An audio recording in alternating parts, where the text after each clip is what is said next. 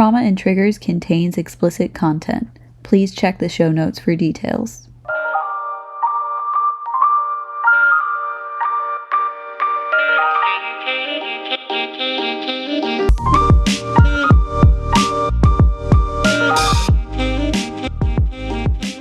I never calm down. And we're live! Hello, everybody. Welcome to Trauma and Triggers. I'm Sabrina. And I'm Audrey.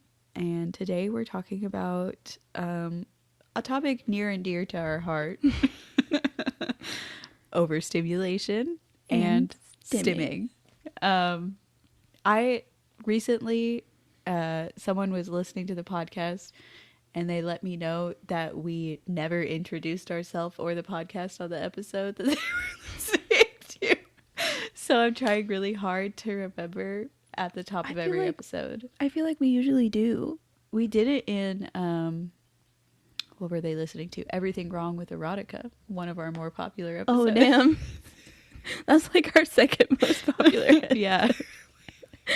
we did it at all. We were hyper focused on being complete and utter fools that day. Yeah.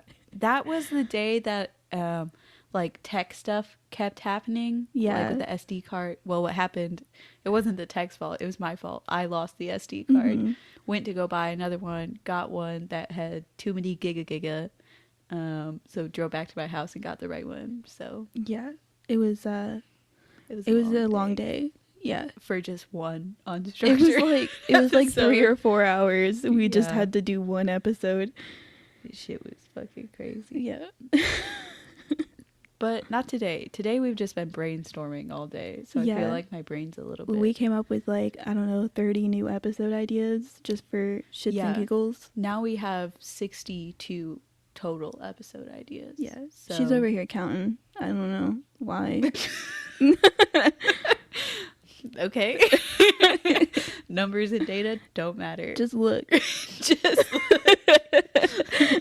Just look. You can see that we got plenty. God. I don't know why, but brainstorming is one of my favorite parts of the podcast. Oh, yeah. Like coming up with new ideas to talk about. In general, my favorite thing to do is come up with ideas. I just like lists. Yeah. They make me happy. I wish I could get paid to just come up with ideas for people and then leave. I don't want to do any other. I don't want to do the hard work. Yeah. I don't want to see it because it's never going to be as good as it was in my head. Is the reality of it. Yeah. I just think it's fun to put things in a neat way. I'm just weird. I like organization. It makes me happy. I don't know if you did it on purpose, but when you said neat way, you did glare at me. That was not intentional. Genuinely not on purpose. It was a little bit neat way, Sabrina. I get so mad at her because she'll use different fonts and sizes in our scripts and just leave them like that. I would like you to acknowledge that I've tried really hard to not do that anymore. You have. And a lot of it is because I'm, Control C and Control V in my way through these scripts sometimes. Yeah. Sometimes. I do put in work and effort. I don't know why I'm feeling defensive all of a sudden. Probably because you're attacking me. That's why. I feel like your idea of an attack is loose. Yeah, I feel like I love you. You're like in my top 3 people. So any sort of you're not doing something right is like, you're right, I'll kill myself. My bad. Sorry for breathing. And I'm just like, hey. Typically it's something that's bothering. It's not that you haven't done it right or anything. I just am bothered by small things. Yeah. And I tend to not tell anyone about that, but I trust you enough to just say something about it. Yeah, I do know it's all love. Yeah. Most of the time. Yeah. There was one time I thought you were going to kill me. I can't remember. What was that? The other day I was talking about not being good with confrontation or yelling at people, and then you were the other day you said something to me really aggressively. I thought you were so mad. Yeah, I was singing Farah Jaka. just quietly to myself, which I sing to myself all the time, around you especially. Yeah. So, and then out of nowhere, you're like, what song is that? Stop. Like, and the truth who is this? The truth was, I was just so like zoned out, and then she broke through the zoning, and I was just upset.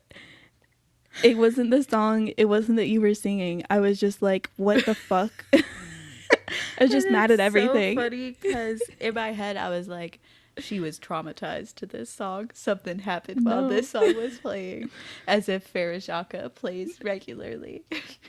Literally I haven't heard that song in so long. But anyways, yeah, now that we've wasted 5 minutes.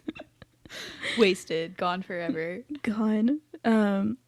Yeah, today we're talking about overstimulation and stimming. I'm going to be going overstimulation. Sabrina's going to cover the stimming section. We are both very interested in this topic because we experience both. Yeah. So overstimulation occurs when there's like too much of some external stimulus or stimuli for a person's brain to process and integrate effectively, which generally leads to an unpleasant sensation of being flooded and an impulse to escape the stimulus. I did get this, a lot of my information was from 2 articles, Autism Spectrum News and this website called Charlie Health. I don't really know. Charlie's got it. Charlie's got it.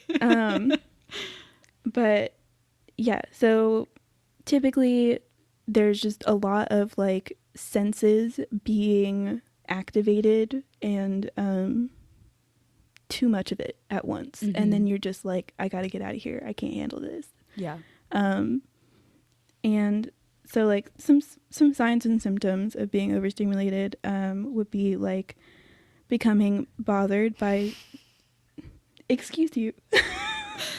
I read the first one, and it's funny because we were just talking about this kind of. Yeah. Yeah. Being bothered by a small environmental change. Your friend who loves you dearly softly singing. There's another symptom is zoning out or dissociating. Yeah. I was zoning out, and then you did something small, and it bothered me, and I got upset. That's so crazy. I didn't even plan that, but our opening preamble relates to the topic. That's so crazy. Crazy. Love us.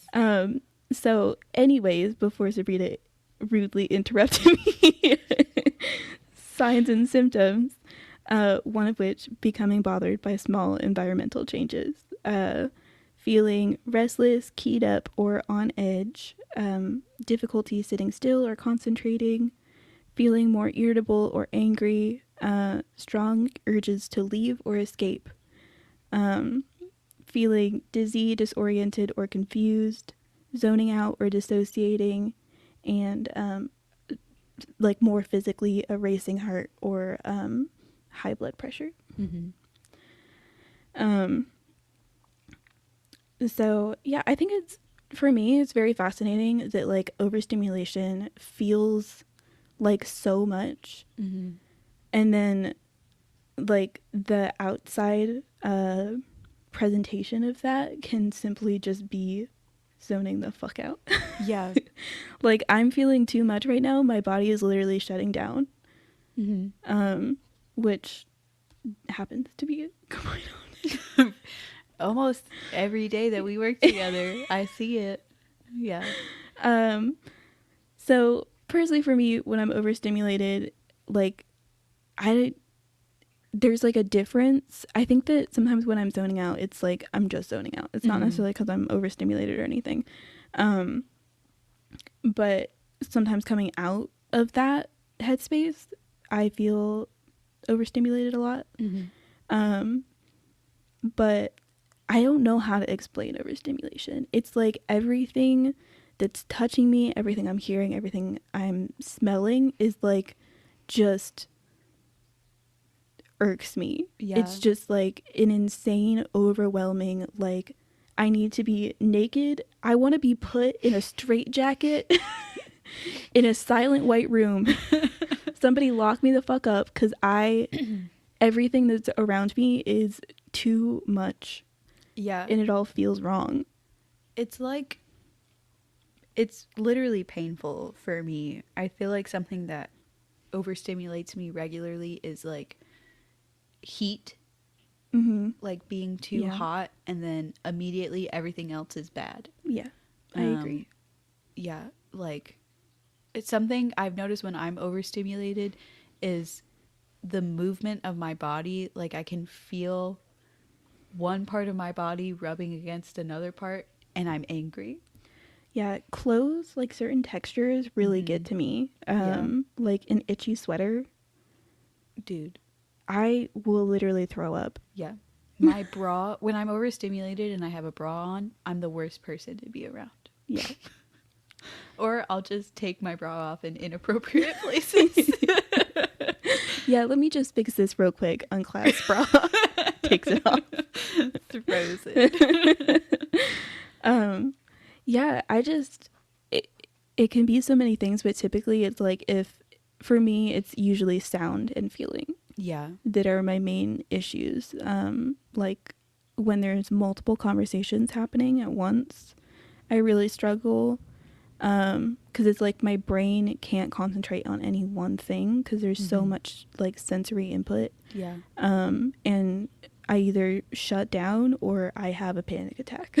Yeah.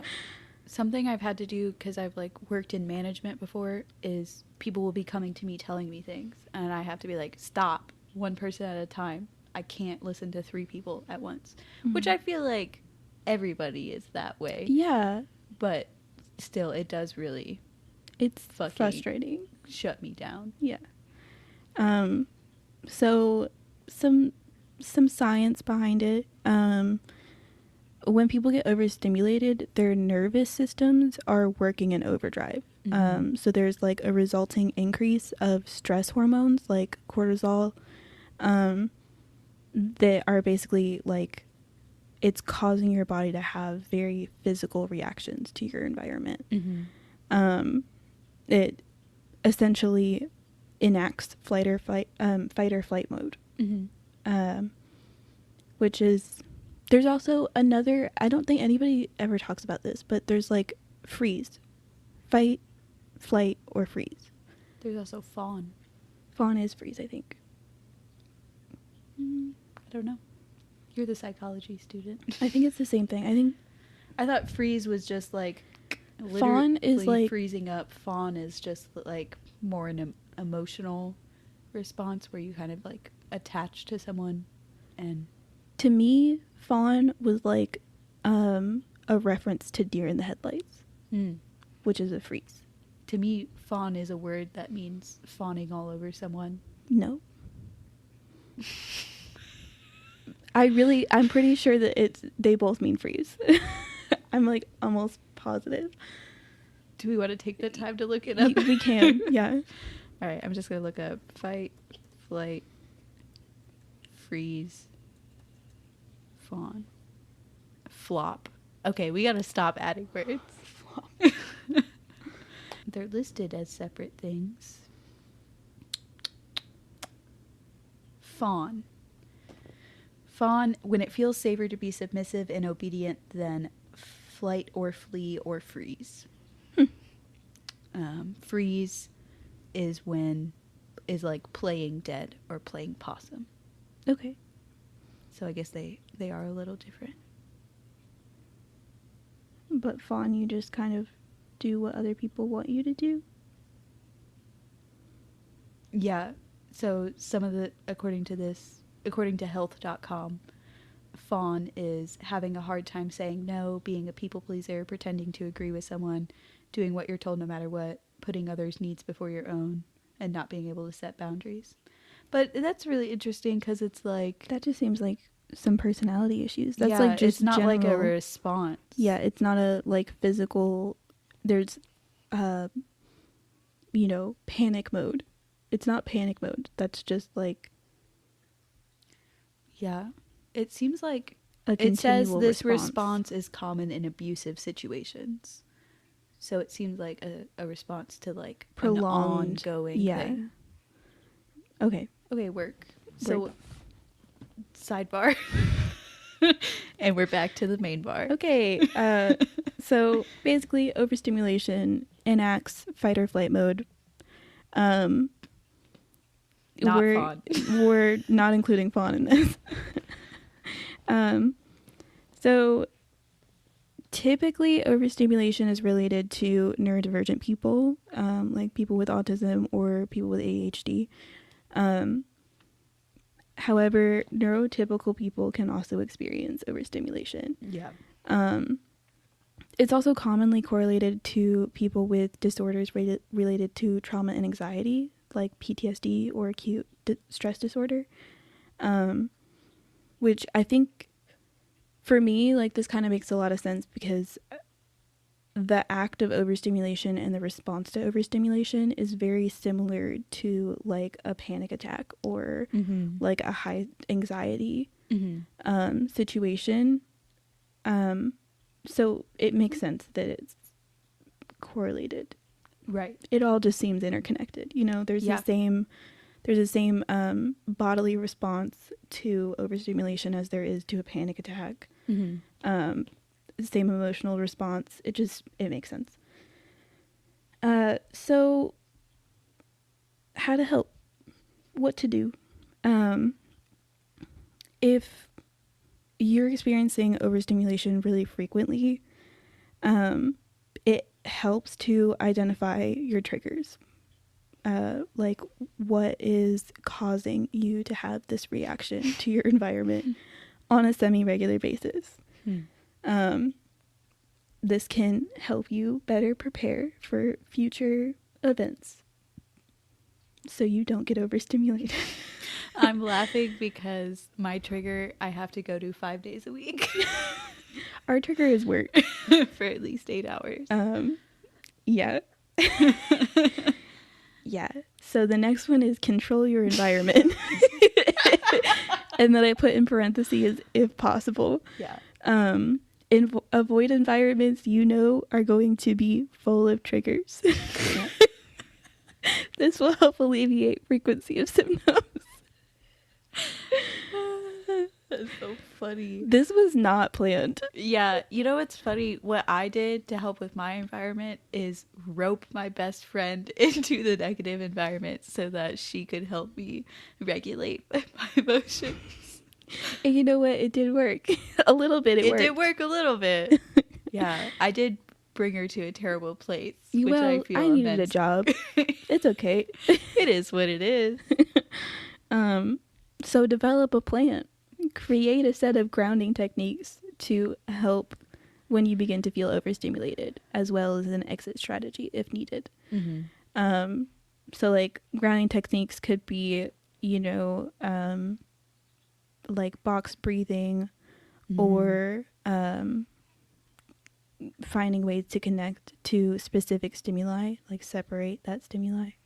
One smell I can smell, 2 things I can see, that kind of thing. And communicate your needs with support systems. Not everyone can tell that you're overstimulated or that you're struggling with your environment. It's not always that cut and dry, unless they really, really know you well. So it's important that you tell people that so they know what's going on. Right. If needed, seek accommodations so you can feel more comfortable in spaces you have to be in.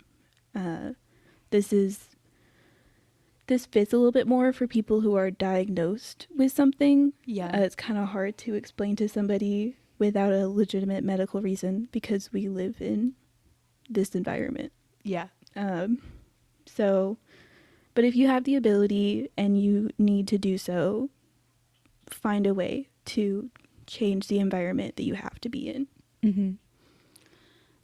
One thing that helps me, and I know that not everybody is this way, but when I start feeling overstimulated, some movement, some like and this kind of leads into stimming a little bit, is some sort of repetitive movement can help me, like bouncing a leg or something like that. If I can, kind of just dance around a little bit. I'm always dancing around because I'm stressed out. She literally did that when she came to my place this morning. She was like, she had a phone call and then was like, I'm feeling a lot of things, and then got up and just started like pacing and like moving around. Yeah, and just like wiggling and stretching. Yeah. It helps where I work because it's a physical job, so nobody's really gonna ask questions if you're kind of like shaking your body out and stretching it out a little bit. Yeah. But I really do think, for me personally, movement is a good emotional regulation tool. Yeah. Which is what stimming. Hello? Sorry, that was my phone. I'm so sorry. I usually put it on Do Not Disturb. So unprofessional. Yeah. Disgusting. Get it together. Jesus Christ. Yeah, for me, I like, depending on the situation, sometimes like if I'm really hot, you can like get an ice pack, cool yourself down a little bit. Splash some water on the face. Yeah.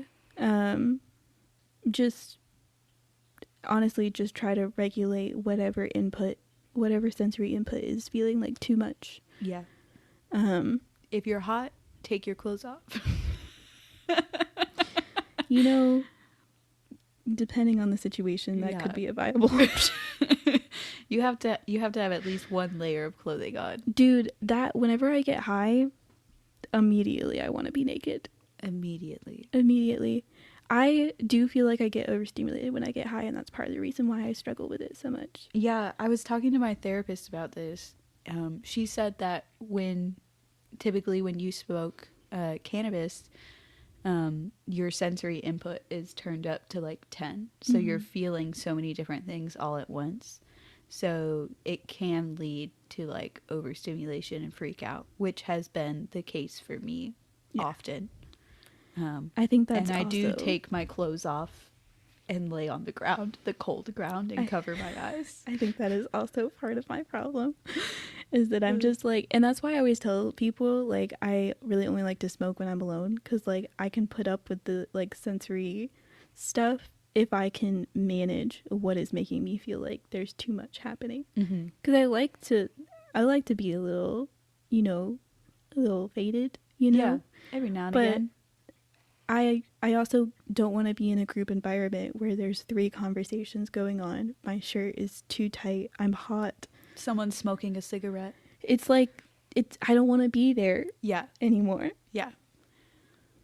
I feel like having sex when you're high is also a really good way to regulate overstimulation. I haven't had any good sexual experiences high, so now I'm afraid to do sorry. that. I hope one day you get that experience. I might. We'll see. On to stimming, or did you have some more? Nope, you're good. Okay. So I feel like everyone has kind of heard of stimming. People often use it in a negative connotation, which I would like to say I'm tired of the bigotry and hate that the neurodiverse community gets. I'm over it. I'm tired of seeing the jokes in the comments when a neurodiverse person does anything. I'm tired of it. You're annoying. You're lame. Move on. You're not funny when you call people autistic as an offensive term.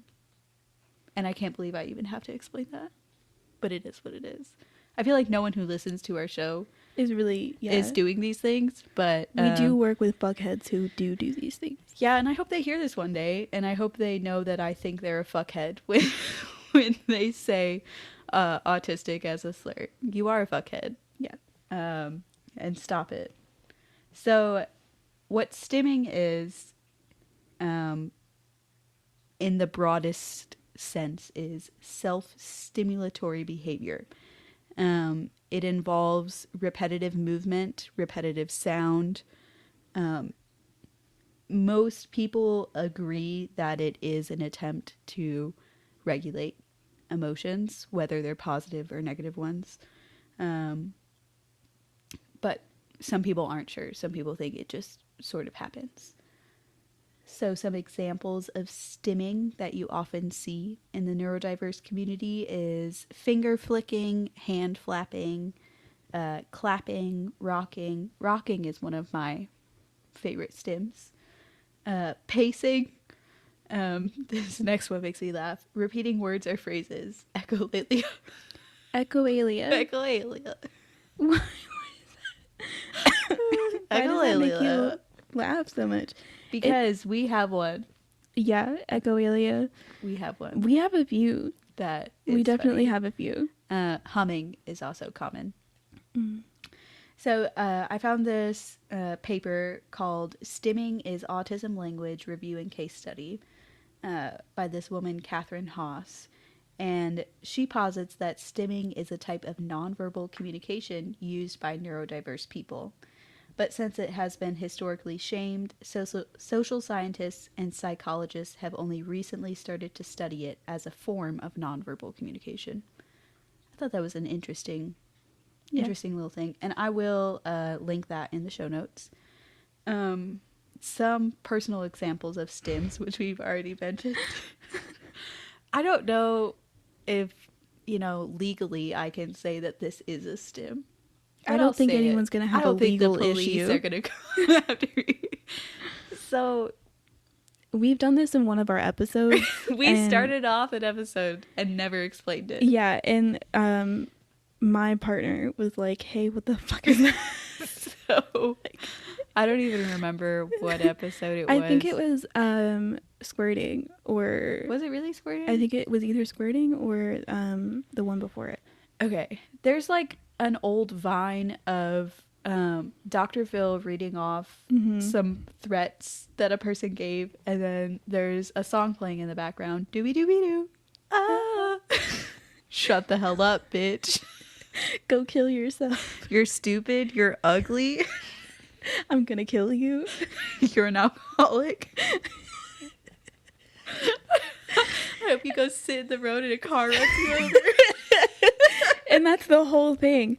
And we do this to each other at least twice a day. Yeah, at least. And sometimes I just say it because I know it's going to make you laugh. Yeah. Because it'll make me laugh. But sometimes I say it just alone when I'm upset. Yeah. It's just there and we're just thinking about it. It's just in the recesses of our mind. I'll be like, dooby dooby doo. Oh. Go kill yourself. Shut the hell up, bitch. I don't even say the whole thing. Like, sometimes I'll start midway. I'm just like, you're stupid, you're ugly. I'm gonna kill you. And it's so hard to explain to a neurotypical person. Yeah. When you just walk around saying things like that. It's so hard to make people understand. I like how it sounds. Yeah. And it's fun funny to say. It's funny. And just like Dr. Phil's deadpan, slightly southern accent with doobie doobie doo in the background is iconic. And I can't describe to you why I love it so much, but I just do. And it just feels good to say every now and again. It fills us with joy.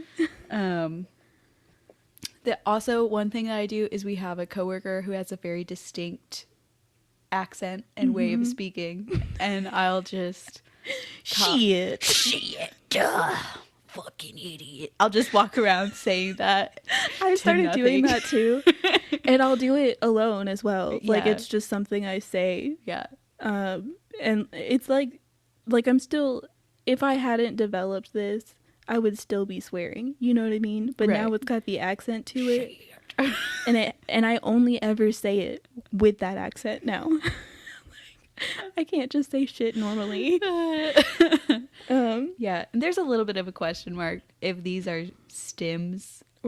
I feel like, there a lot of times the intention is to make us feel better, which is part of the whole point of a stim, right? Yeah.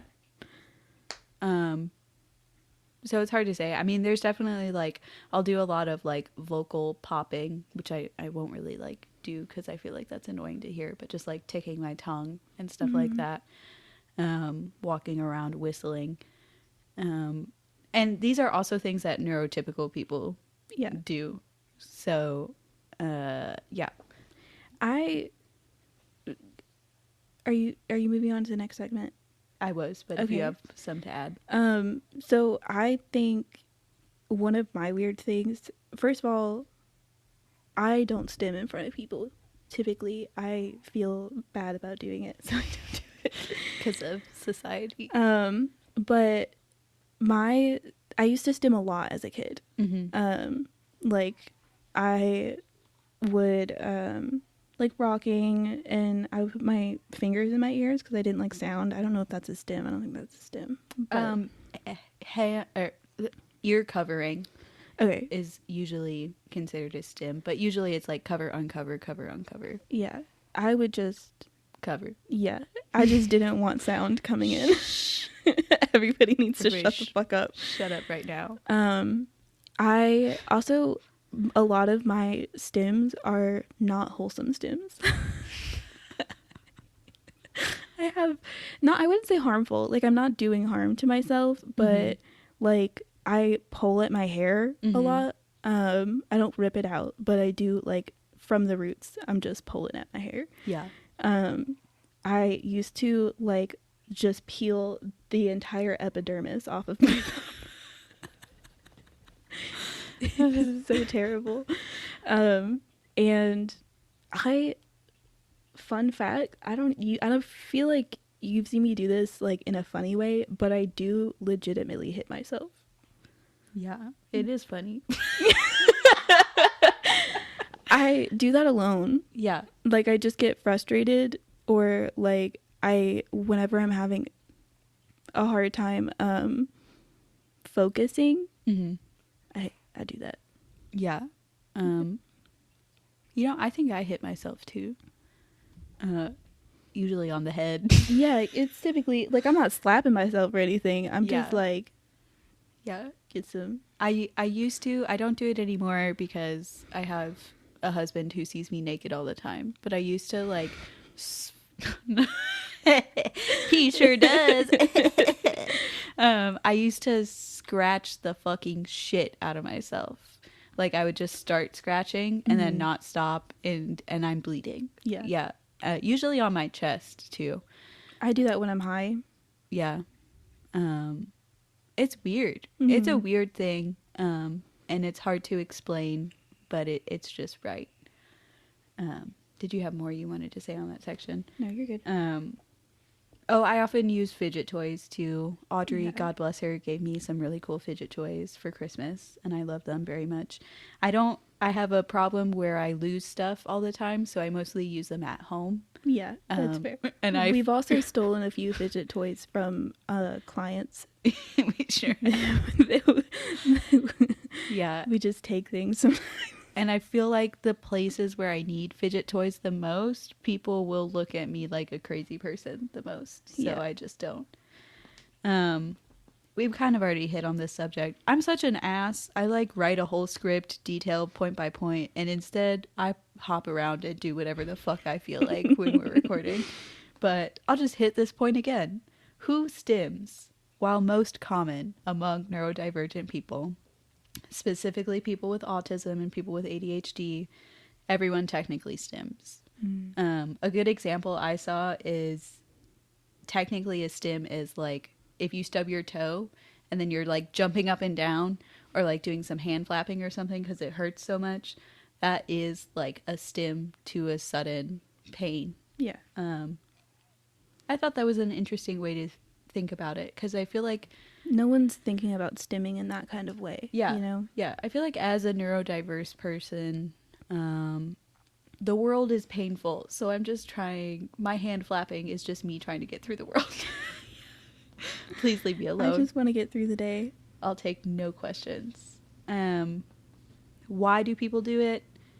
Again, I already mentioned this point. There is some debate about the cause of stimming, and it's kind of under-researched. But most experts agree stimming is an attempt to self-regulate. Typically, people with autism stim as a response to sensory input. They might be hyper or hypo-reactive to sensory input. So some things like the following might trigger them. Anxiety or stress, obviously. Joy, happiness, or excitement. Frustration, anger, loud, crowded places, bright lights. The fluorescent lights, overhead fluorescent lights. I hate them. Can we stop? Can we stop right now? Neurotypicals don't like them either. I hate them. Yeah. Like, just use a lamp. Yeah, I'll be filling out paperwork in the dark. And my boss will walk by and like, hey, what you doing? Paperwork, what are you doing? Go away. Overwhelming smells. I get this for like bad smells. Like puke. Perhaps the inside of a fridge that's been sitting out for a while. Yeah. We do some really disgusting stuff at our job. Yeah. This next one upsets me so much, and it's one of the things that really proved to me that I was not like neurotypical people. If there's a sudden change in plans, I'll lose my shit. I'll lose my shit. And let me tell you why. And it's also interesting because if every day is the same, I also get upset because I'm bored. So it's yeah, but at least it's okay to have different days. It's just like when it's out of nowhere, there's someone's canceled. Right. You know? So like at the start of my day, if I hear I'm doing this thing, the next 10 to 15 minutes is me planning out point A through Z of how that's going to look. And then if someone comes up to me is like, oh, you're not doing that anymore, you're doing this, I'm already mad. The day's already ruined. And it's hard for me to, like, I really have to, like, have a talk with myself in my head. I have to be like, okay, you got to, first, let's breathe. Next, let's start a new plan. Yeah. And go through this all over again. And I guess most people don't do that, which I'm like, how do you get through life? But most people don't do that. Yeah, I like to be prepared for things. I like to know when things are going to happen. And, like, I'm generally, yeah, I just don't like to be surprised by things. Right. That's really my main problem. Because, like, I am usually not too upset if somebody cancels, like, a plan or something changes in my day. I just don't like it to be like, oh, it's here right now. You're doing this right now. Yeah. You have to leave. It has to be very sudden. If someone gives me, like, 30 minutes or an hour, be like, hey, I know I said we were doing this, but actually we have to do this. Okay, no worries. But if it's like right now, drop what you're doing and go do the different thing. I don't like that. It's very upsetting. Yeah. This is such a, like, doing the research for this and recording this is such, like, just a mirror. It's just like, wow. Yeah. It's just confirmation. I think really whenever I, like, learn more about neurodivergency in any kind of way, I always have, like, some kind of recognition of, like, oh, wow, I did a lot of this stuff when I was a kid. Yeah. I did a lot of this when I was younger, like, middle school, up to middle school. Yeah. And then, like, high school, things just kind of started dropping out. And I think I just started masking more. And that's unfortunate. Yeah.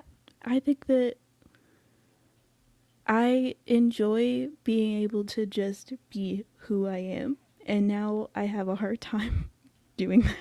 It's exhausting. It's so tiring. It's really exhausting. But it's like, now I've done it for so long, I don't know how to stop. And then it's also like you create this mask, and in a way, at least for me, it is a part of me because it's what I've chosen to be more presentable. So it is an extension of me. And then not having that makes me feel so vulnerable around people, you know? And I think neurotypical neurotypical people do mask to an extent, but I think neurodiverse people have a pressure to mask more, Mm-hmm. and they kind of mask in more like detailed ways, Yeah. if that makes sense. Yeah. Like, okay, this is how people interact socially normally. I'll do this. I don't think neurotypical people have to do that as much. Yeah. I agree. I think that I find it's especially in like group social situations, I really struggle to not just shut down Mm-hmm.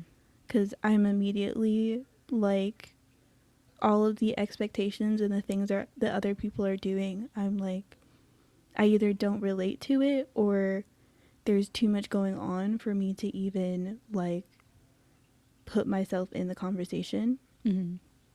So I'm just uncomfortable Yeah. and quiet.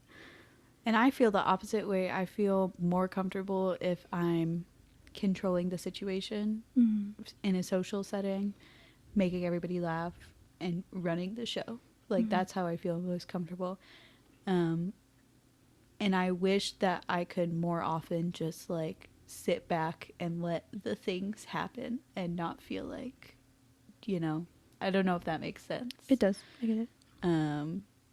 But yeah, it's weird. Existing is so bizarre, and it's crazy how like the little messages you get when you're a kid about how your behavior's wrong really Yeah. fucks you up. I got sent to the principal's office for making shapes out of my teacher's paper clips. That's great. How old were you? I was in 4th grade. Wow, Yeah. that's weird. What did they say? I mean, I didn't have like detention. Nothing severe happened. They were just, I don't even remember it. I just know that it happened. It was basically just like, you can't take other people's materials. That's pretty much what it was. It's just like, you can't use the teacher's materials to play with them. And you also need to focus in class. That was generally the statement. Gotcha. Like, this is distracting for you. And I was like, it's distracting for me to not do anything in this class but listen to the teacher. Yeah. How much does a paperclip cost? Not much. I feel like, It's not that big of a deal. yeah. That's my main problem is, let me finish and then I'll get to my main problem. We'll keep going. Did I talk about, we kind of got stuck on sudden changes in plan. Okay. So, we talked about sort of the reason that autistic people stim. People with ADHD are more likely to stim to help with focus or to channel excess energy. It should be noted that people with ADHD may also have like some sensory processing issues, whether hyper or hypo. Sorry. But they're more likely to be triggered by boredom or understimulation. And this is what I was about to say. The main misconception about stimming, from my perspective, is that it's harmful behavior or like dangerous behavior, or the people who do it, there's something, quote, wrong with them. If you don't do self-harming stims, which there are some that we kind of touched on, scratching yourself until you bleed, pulling your hair out, hitting yourself, maybe don't do those. But if you don't do those, if you're out there stimming, just keep fucking stimming and literally fuck everybody else in the whole entire world and their stupid opinions. I wrote that down. I know, I see it. It's no one's business. Yeah. Like, I think that people are just, like, twirling your hair, that's a stim. Right. Like, there's nothing wrong with doing it. It's just certain things are viewed as more socially appropriate than others. Yeah. I think I have a lot of emotions about this subject because I've recently discovered my neurodiversity and I'm learning to accept it. Mm-hmm. But on top of that, I was homeschooled, and a lot of the children who are homeschooled because they're neurodiverse and they're not performing well in public school. And it's frustrating because it's things like playing with paper clips and they keep getting in trouble and keep getting sent to the principal's office. Well, it's like, just fucking let them play with the paper clips if they're not bothering anybody else. Yeah. Do you know what I'm saying? There was this one kid who the teacher didn't want him to wear sunglasses. And he had autism, and the lights were really bothering him. Yeah. So he fucking had to not wear sunglasses and was just upset and then couldn't focus. So my problem is everyone sucks. And it's like, just let them do their thing. Yeah. There's a few things throughout my like elementary school life that are just, they're so clearly related to neurodivergency, and it's so funny. Like one of the things that I did, this was definitely, I was being a little monster. This was definitely me being an asshole. But I was in 3rd grade, and I had like a lot of difficulty paying attention in school. I don't think I'd been diagnosed yet, but I did get diagnosed in 3rd grade. But I had a lot of issues paying attention in school and like fully focusing on and hearing what teachers were saying. And my grades, it was the first year that we had grades. Mm-hmm. So my grades were not great. They were C's. And my parents knew I was more capable than that. So I was like, I don't know how it came about, but I think somebody was like, maybe you should get her hearing tested, to my mom. I remember the story as you're saying it. And so we went and we got my hearing tested, and I lied. I lied. 100% I lied. I did not tell the truth on that hearing test. But I will say, I think it's dumb for anybody to think that a child is going to tell the truth on a hearing test that is entirely based on what they are hearing. Yeah. Like, there were just a bunch of beeping sounds, and I was supposed to say when I heard the beeping sound. And sometimes I just didn't tell them when I heard it. That was how easy it was. It took little to no effort. It does seem like for kids, because we recently, our manager, her daughter got an eye exam, and her daughter lied on the She lied? Yeah, she lied on the eye exam, and then they retested her, and she told the truth because she didn't like wearing those glasses. Yeah. And they retested her, and she needed like a very, very slight prescription, and it was so slight that it like might go away. I remember our boss telling us about that, and being like, "This is insane." She's like, "What was it, nearsighted?" Which is such an odd thing for a child to have. Yeah. She was like, "It's so crazy. She can't fucking see anything." Yeah. And I was like, "Huh, interesting." But yeah, so basically after this, hearing appointment I had, they were like, so you have an option to use this handy dandy tool, which basically the teachers are going to wear a microphone, and you're going to have some headphones and this little machine that's connected to the microphone somehow. And you're just going to hear them straight directly in your ear. And I was like, all right, cool. Let's do that. How long did you use it for? I think it was probably just till the end of the 3rd grade. Like, I didn't have it for, like, it wasn't years that this went on. Eventually, somebody was like, all right, we'll get her tested for ADHD. And that was a fairly quick process. And then my grades went up immediately. Yeah. I went from C's to A's as soon as I was medicated. Nice. And that stopped sometime within the 3rd grade year. I don't remember when. It wasn't for that long. But yeah, I think really I was just like, there's a lot happening. Yeah. There's a lot happening, and now I just have the teacher's voice in my head. And I don't have to listen to anyone else around me. So was it helpful, the headset? I don't remember. Yeah. I really don't. Yeah, that was a long time ago. Yeah. But yeah, I mean, I think that some people are just more sensitive to outside factors and stimuli. Yeah. Yeah, I agree. And, it's interesting, the stuff that's like the reactions that are considered acceptable and not acceptable. Like, our boss has this thing with the sound of styrofoam, makes her upset and physically ill. Yeah. And we all know it. And the assholes who work there will Try squeak. to fuck with her. Yeah. Squeak styrofoam. I don't like the feeling of suede. Yeah. I really hate the feeling of suede. Do you feel the same way about velvet? Mm-mm. Okay.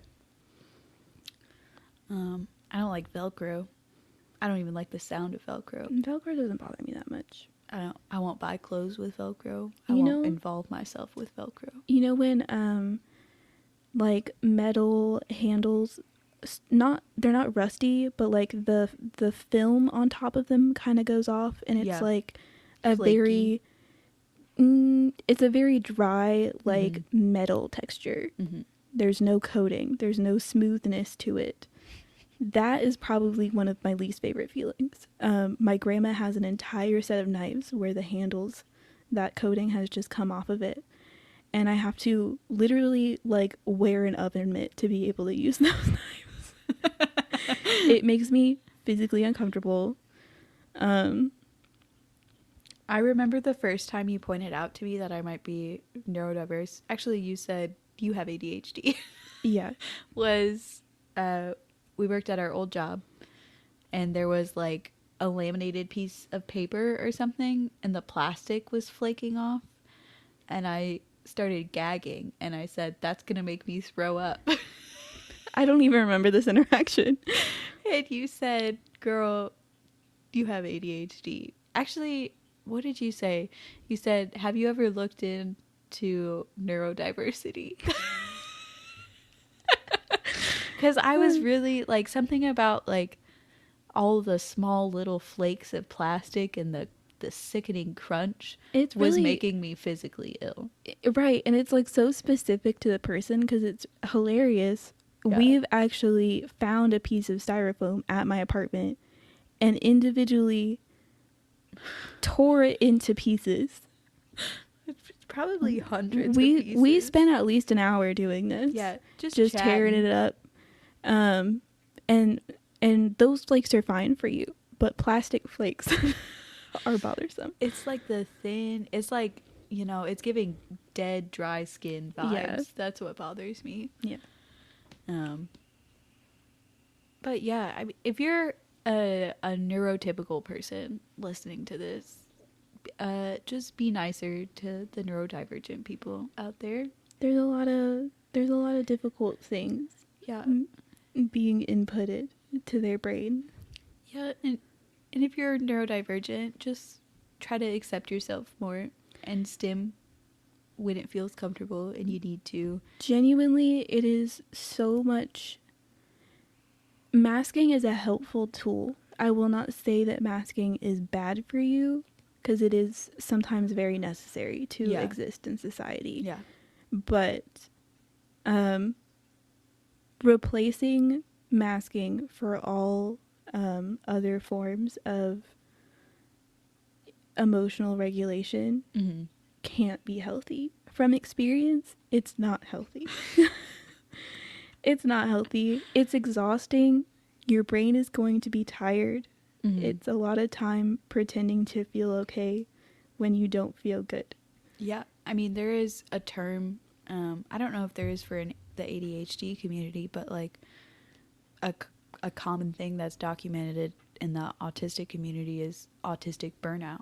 Yeah. And it's pretty much just mental and emotional exhaustion from masking so often. So you have to be able to like check in with yourself and find ways to not do that so often and I feel like restore your energy. I feel like recently I've been feeling that a lot. I'm sure I've felt that throughout the entirety of my life, but That's good. Recently, I feel like that's been happening pretty frequently. Yeah. A lot of times when I, like, the idea of, like, my social battery is dead, that's what it is. Yeah. That's what it is. I'm tired of masking. I've spent too much time around people trying to be social in a way that doesn't always feel great. And I'm tired. And I just don't get a chance to stop. Yeah. I'm sorry. It's okay. That sounds terrible. I feel like I'm good. part of I'm good. Stop lying right now. Other thing that triggers me, liars. Better stop right now. I'll stim this house down. Go ahead, bitch. I feel like, you know, life has gotten probably in some ways more stressful than it's ever been for me, but therapy has helped me have so many tools for like regulating and accepting traits about myself, that I don't feel burnt out, even though I probably should, or like past me would have been. Yeah. So I don't know what that means for you, but I don't either. But there's that. We don't spend a lot of time focusing on like how to demask. And we probably should, but typically she's just like, yeah, you need to be alone for a second. Yeah. You need to find some time to be alone in your own space. Yeah. I feel like it's helped me working in a place where I don't care about what anyone thinks there. Yeah, because they're, you know, I respect all human life, however, comma. There's some people I engage with regularly that I'm like, you're why the world is the way it is. You're why sexism is still living and breathing hard in this country. So it, like, just not caring and just being like, yeah, I'm just gonna fucking say what I want and do what I want and not give a fuck, is nice. Yeah. I mean, there's definitely times that I feel like emotionally threatened and not safe, but there's definitely times where it's like, well, you just talked about how transgender people are the devil, so you know what? I'll say what I want to say. I'll do what I feel like. Yeah. And it's nice. Yeah. I hope that happens for you. I also hope that is, you know, somewhat possible in my future. Yeah. I feel like working with kids is a lot easier. I think it almost makes you a better teacher on some level. Like, there's some aspect of, like, I understand that, especially like fidget toys and stuff like that. Teachers have some kind of like mass hatred for fidget toys. And I understand, you know, not wanting to have that be disruptive in your class. If it's loud, if it makes a lot of noise, I get it. There are ways to implement fidget objects of some kind into your classroom and make it have an appropriate time for that. I saw this one teacher, it was so cool. She uses colored beeswax. Beeswax? Yeah. Oh. Really? So like she had an English class and she would talk about a book and read the book, and throughout class the kids would each create some kind of symbol or person or picture, whatever they could, with the beeswax during class. Beautiful. Amazing. That is perfect. Yeah. That is active learning. That is allowing kids to fidget during class while also learning. It helps people focus and actually like keep information. Yeah, it's called kinesthetic learning. And it, you know, it works really well with neurodiverse people, but also neurotypical people. Yeah. Like having a physical object representing something that's going on, it's very helpful. Everyone learns better with active learning. It's Yeah. just true. It's proven.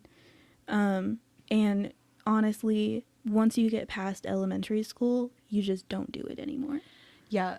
I had such trouble, like, after basically long division, I had such trouble with math. Yeah. Because of what I now believe to be dyscalculia. And it was just terrible. And I was homeschooled. So luckily we were able to get this math genius tutor, and she was equipped to teach kids who were struggling with this, and she used Lego blocks to represent numbers, and it was helpful. But like with algebra, she was like, it's like a seesaw. If you take away from one side, you take away from the other, blah blah blah. And within a year I was on to pre-calculus. Yeah, I think a lot of people have a hard time connecting that sometimes when people are struggling in school, there's a legitimate reason for it, and there's typically a better way to teach. Yeah, it's not just that they're lazy and they don't want to focus. Yeah. Yeah, they need more help in a certain kind of way. And to be honest, school systems don't always allow for that. Yeah.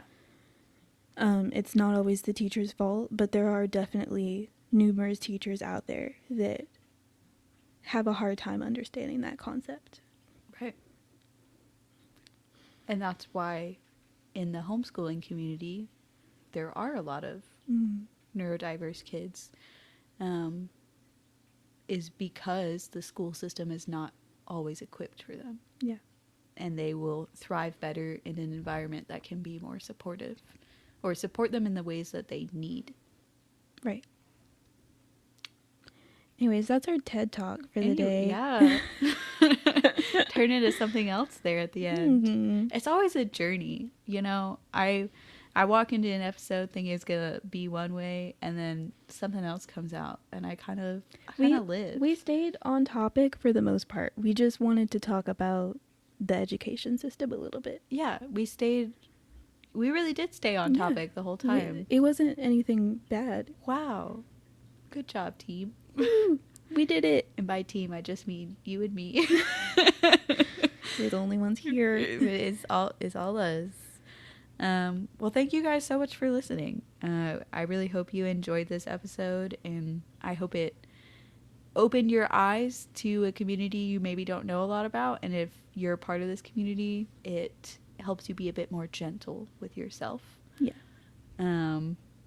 If you'd like, you can follow us on social media. We're at Trauma and Triggers on Instagram and TikTok, and at Trauma and Triggers Pod on Reddit. There you go. Also, tell your friends about us. Yeah. If you don't, I'll be sad. We like seeing and hearing from new people. It's fun. Yeah, it gives us the dopamine hit that we need whenever we get like a new, because it doesn't tell us exactly like who's listening where, but we can do some process of elimination and be like, oh my god, this is a new person, this is so exciting. Like our old people probably aren't listening to Munchausen's, our very first episode, what I mean? 5 times probably not. And we can also see like analytics of like how many women, men, non-binary, or unspecified. Other. Also, we don't know anybody in New Zealand. Yeah, there is that. We can see countries and states and stuff. It's fun. We enjoy looking at this stuff. Yeah. And we would enjoy hearing from you guys even more. Yeah. So please feel free to interact with any polls or send up a message. The public has voted. Audrey is in charge of the polls. It was 50-50. They did not vote for sure that was the case. Well, okay, I guess. I'm just interested to see about what your idea of what the polls should look like, because I feel like I just word vomit them out. I think they're funny. Yeah.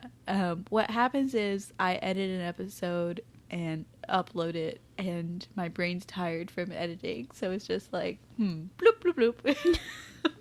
Whatever comes out is what it's gonna be. Yeah. Well, I guess that's it. I think so. I think so. Thanks for listening, guys. Hope you have a great day. Goodbye. Bye. Hour and 40. Nice.